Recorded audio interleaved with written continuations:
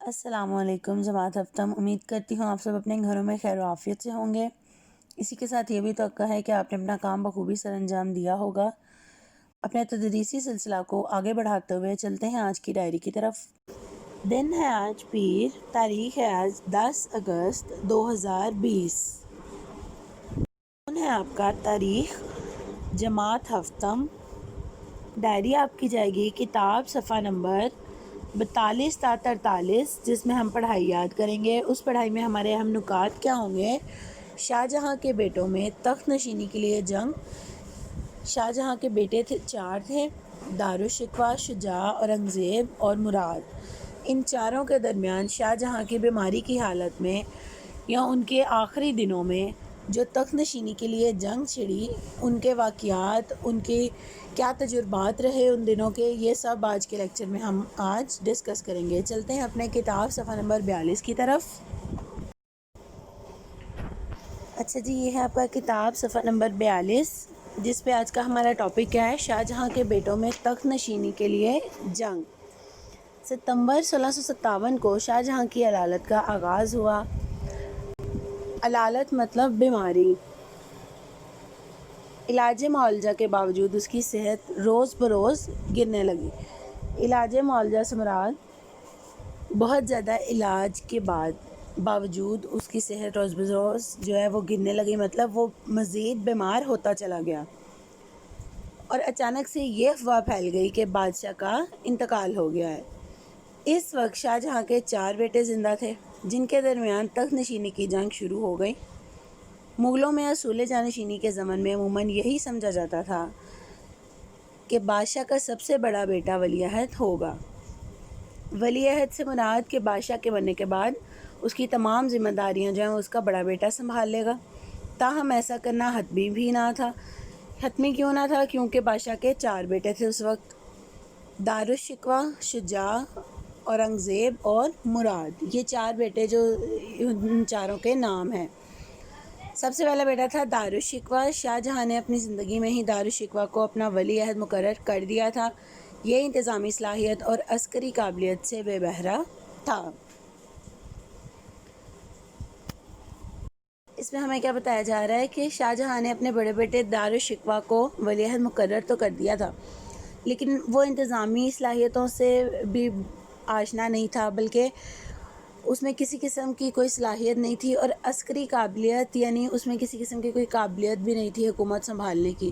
بے بہرہ ہونا ہوتا ہے بدقسمت ہونا، یعنی وہ ان سب چیزوں سے محروم تھا۔ دوسرا بیٹا تھا شجاع۔ شجاع کے بارے میں وہ ہمیں کیا بتا رہے ہیں؟ شاہ جہاں کا دوسرا بیٹا شجاع تھا۔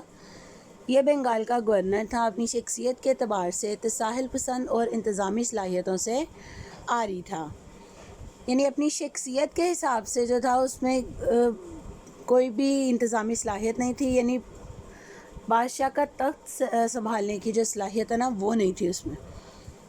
اورنگزیب وہ بادشاہ کا تیسرا بیٹا تھا، اس کے بارے میں ہمیں کیا بتا رہے ہیں؟ شاہ جہاں کا تیسرا بیٹا اورنگزیب تھا۔ یہ مزاج اور سمجھ بوجھ کے اعتبار سے کافی بہتر شخص تھا۔ اس میں مستقل مزاجی، تدبر اور سمجھداری جیسے اوصاف موجود تھے، جو کہ بادشاہ کے پہلے دونوں بیٹوں میں نہیں تھے۔ اس نے دکن میں نائب کی حیثیت سے اپنی انتظامی صلاحیتوں کا اچھا مظاہرہ کیا تھا۔ شاہ جہاں نے اسے دکن کا گورنر مقرر کیا تھا۔ مراد، شاہ جہاں کا چوتھا بیٹا مراد بھی سیاسی اور انتظامی طور پر بہتر شخص نہ تھا، وہ بہت جلد باز تھا۔ شاہ جہاں نے اسے گجرات کا گورنر مقرر کیا۔ اب ہم نے یہ شاہ جہاں کے 4 بیٹوں کے بارے میں پڑھا۔ اس میں سے دارالشکوہ، شجاع اور مراد، ان کے کوئی بہت اچھے اوصاف بیان نہیں کیے گئے، ان کی صلاحیتیں بھی اچھی بیان نہیں کی گئیں۔ چوتھا بیٹا جو ہے وہ ہے اورنگزیب، جو کہ تیسرے نمبر پہ تھا۔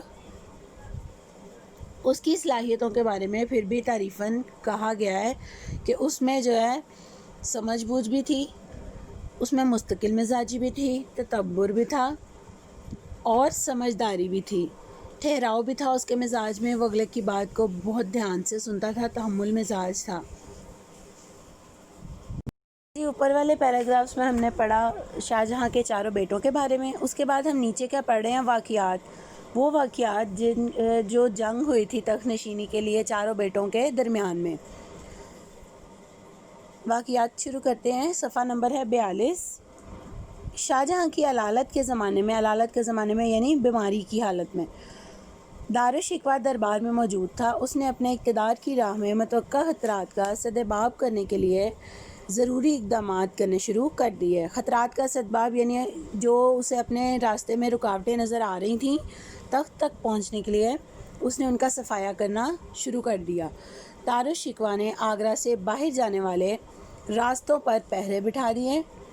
دارالشکوہ کی ان حرکات سے اس کے بھائی سخت پریشان ہو گئے اور انہوں نے بھی حصول تخت کے لیے پیش قدمی کی تیاریاں شروع کر دی. یعنی شاہجہاں کی حالت جب بہت نازک ہوتی چلی گئی تو اس کے چاروں بیٹوں کو نظر آنا شروع ہو گیا تھا کہ اب جو ہے وہ ہمیں خود اپنے سر پہ لڑائی یا جنگ کے ذریعے تخت حاصل کرنا ہے، ایک دوسرے سے جنگ کے ذریعے.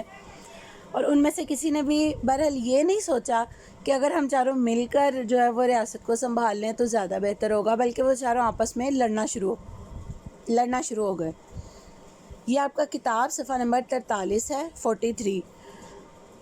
سب سے پہلے مراد نے گجرات میں اپنے بادشاہ ہونے کا اعلان کر دیا.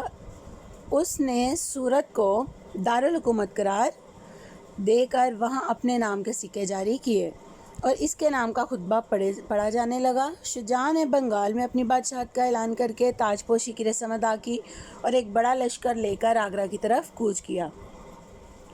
یعنی شاہ جہاں نے اپنے بیٹوں کو جس علاقے کا گورنر بنایا تھا انہوں نے وہیں اپنی بادشاہت کا اعلان کر دیا. اورنگزیب ان دنوں دکن میں موجود تھا. اس نے فوری کارروائی کرنے کی بجائے اپنی طاقت کو مزید مضبوط بنانے پر توجہ دی. اس نے مراد کو بھی پیغام بھجوا دیا کہ وہ جلد بازی سے کام نہ لے. دونوں بھائیوں نے آپس میں طے کیا کہ وہ دونوں مل کر دارالشکوہ کا مقابلہ کریں گے. کامیابی کی صورت میں مراد کو مال غنیمت کا تیسرا حصہ اور پنجاب، کابل، کشمیر اور سندھ کی حکومت ملے گی. باقی علاقوں پر اورنگزیب کا حق ہوگا. اس میں ہمیں اب صاف وہ کیا بتا رہے ہیں کہ سب سے سمجھداری والا قدم کس نے اٹھایا؟ اورنگزیب نے.